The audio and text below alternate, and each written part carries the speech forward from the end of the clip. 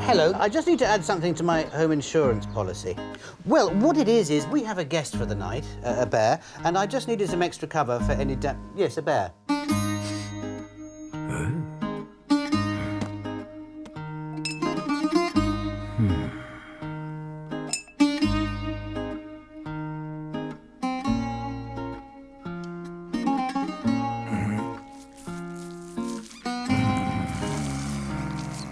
Grizzly? Not particularly. Mind you, I haven't seen him in the mornings. Welcome to Kermode Uncut. If you're a regular at movie websites or you read the movie trade papers, one of the stories you hear time and time again is that a star or a writer or a director has left a production in the middle of production. And they always say it's like, oh, it's scheduling conflict or that something didn't quite work out. And you always wonder, what was the truth behind that story? Did they have an argument? Did they fall out? What was what's the real nitty-gritty truth? Well, there's been a story recently that seems to be genuinely quite sweet. It's about Paddington. This is the story of Colin Firth consciously uncoupling from Paddington Bear. Paddington's a forthcoming movie. It's due out this year. There was a statement just in the last week which said this: after a period of denial, we've chosen conscious uncoupling.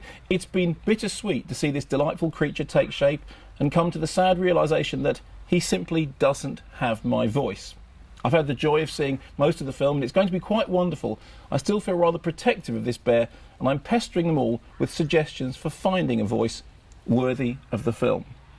Now, the lovely thing about that statement is it actually has the smack of truth about it. You can imagine Colin Firth and the filmmaker sitting down very close to the end of production and saying, you know, Paddington Bear just doesn't sound like Colin Firth. I mean, I think for many people, Paddington Bear will always sound like Michael Hordern, and that is going to be an issue. Anyway, it does seem that they have genuinely, consciously uncoupled on good terms.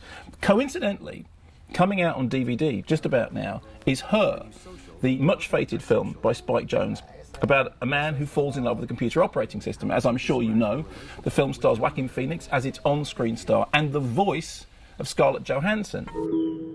Hello, I'm here. Hi. Hi, I'm Samantha. Now, interestingly enough, during the making of Her, which took a very, very long time, there was a conscious uncoupling from Samantha Morton. When they made the film originally, Samantha Morton did the voice of the operating system. Whenever you see Joaquin Phoenix talking to his operating system, he's got an earpiece and he's listening to the voice of Samantha Morton doing those scenes. And they were in the editing process, and apparently, according to the director and the star, they came to a mutual agreement that actually that wasn't what the operating system sounded like. It didn't sound like Samantha Morton. It sounded more like Scarlett Johansson. I remember reviewing the film and saying, I wish I had a DVD that had an alternative track on it that could show us what Samantha Morton's performance was like. But it raised the question of, is it always a bad thing to replace somebody's voice? You know, whenever a new Miyazaki film comes out, you have the choice usually of going to see it in the original Japanese dialogue with subtitles or watching the inverted commas dubbed version. Well, of course, all animations are dubbed. All animations have the voices added afterward. And in fact, in the case of most of the Studio Ghibli films, the dubbing is done really well with a fantastic English-speaking voice cast. I've seen many of them in both versions, and I'd be hard-pressed to say that the original language version was necessarily better. In the case of Paddington, I genuinely believe that Colin Firth and Paddington separated amicably, just like Chris and Gwynnie.